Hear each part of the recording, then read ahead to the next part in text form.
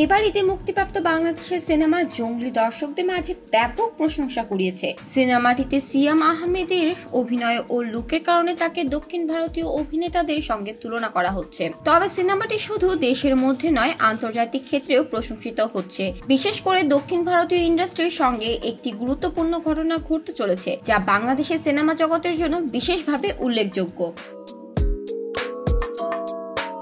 জঙ্গলি সিনেমাটির রিমেক সত্তা অর্জনে আগ্রহ দেখিয়েছে মালায়ালাম এবং তেলুগু ইন্ডাস্ট্রি। সিনেমাটির প্রযোজক ও টাইগার মিডিয়ার কর্ণধার জাহিদ হাসান সম্প্রতি সংবাদ মাধ্যমকে জানিয়েছেন, দক্ষিণ ভারতীয় ইন্ডাস্ট্রির একটি প্রোডাকশন হাউস জঙ্গলি সিনেমাটির রিমেক সত্তা নিতে আগ্রহ প্রকাশ করেছে। তিনি বলেন, চলতি সপ্তাহের মধ্যে তাদের সঙ্গে চুক্তি সংক্রান্ত সমস্ত কাজ সম্পন্ন হবে।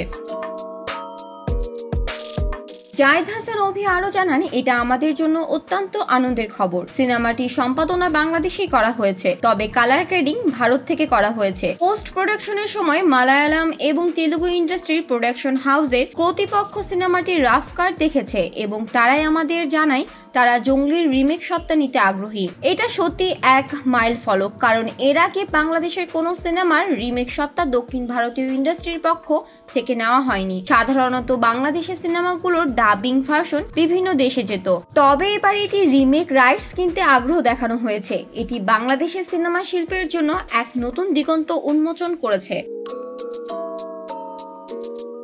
জঙ্গলি সিনেমার পরিচালক এম রাহিম। সিনেমাটিতে সিয়াম আহমেদ, শবনম বুবলি, প্রার্থনা ফারদিন দিঘি, দিলারা জামান, শহীদুজ্জামান সেলিম এবং রাশেদ মামুন, অপু সহ অনেক জনপ্রিয় অভিনয় শিল্পী কাজ করেছেন। সিনেমাটি মুক্তির পর সিয়াম আহমেদের চরিত্রটি বিশেষভাবে প্রশংসিত হয়েছে। তার লুকের কারণে অনেকেই তাকে দক্ষিণ ভারতীয় অভিনেতাদের সঙ্গে তুলনা করেছেন। সিয়াম আহমেদের দুর্দান্ত অভিনয়ের পাশাপাশি সিনেমার গল্প, সম্পাদনা এবং পরিচালনা একত্রে চলচ্চিত্রটির সাফল্যে অবদান রেখেছে। জাহিদ হাসান আরো বলেন, এটা বাংলাদেশের চলচ্চিত্র শিল্পের জন্য এক নতুন ধরনের ঘটনা।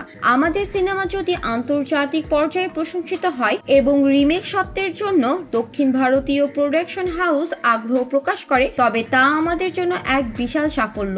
চলতি সপ্তাহের মধ্যে সবকিছু চূড়ান্ত হয়ে গেলে বিস্তারিত তথ্য জানানো হবে। এখন পর্যন্ত দক্ষিণ ভারতীয় ইন্ডাস্ট্রির মধ্যে মালায়ালাম এবং তেলুগু ইন্ডাস্ট্রি দুটি সবচেয়ে বড় এবং শক্তিশালী চলচ্চিত্র শিল্প হিসেবে পরিচিত। এই দুটি ইন্ডাস্ট্রি তাদের উৎপাদিত সিনেমার জন্য আন্তর্জাতিক স্তরে বেশ পরিচিত এবং অনেক দেশেই তাদের সিনেমা প্রচারিত হয়। তাই জঙ্গলি সিনেমার রিমেক সত্ত্ব অর্জন করার জন্য তারা যে আগ্রহ দেখিয়েছে তা বাংলাদেশের চলচ্চিত্র শিল্পের জন্য গর্বের বিষয়। এছাড়া বাংলাদেশের সিনেমার আন্তর্জাতিক বাজারে প্রবেশের জন্য এই রিমেক চুক্তি একটি গুরুত্বপূর্ণ পদক্ষেপ। এর মাধ্যমে শুধুমাত্র বাংলাদেশের সিনেমা শিল্পের সুনাম বৃদ্ধি পাবে না, বরং এটি নতুন পথ উন্মোচন করবে অন্যান্য দেশীয় সিনেমার জন্যও। এছাড়া মালায়ালাম এবং তেলুগু ইন্ডাস্ট্রির মতো শক্তিশালী বাজারে জঙ্গলি সিনেমার রিমেক হলে এটি আন্তর্জাতিক স্তরে আরো ব্যাপক পরিচিতি লাভ করতে পারে।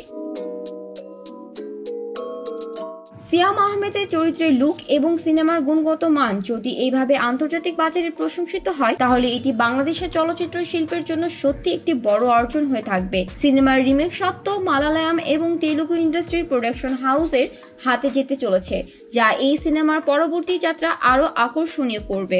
এছাড়া জঙ্গলি সিনেমার মধ্যে অভিনয়, গল্প এবং পরিচালনার সমন্বয়ে একটি নতুন ধরনের সাফল্যের গল্প তৈরি হয়েছে, যা ভবিষ্যতে আরো বাংলাদেশি সিনেমার আন্তর্জাতিক বাজারে প্রবেশের পথ সুগম করবে।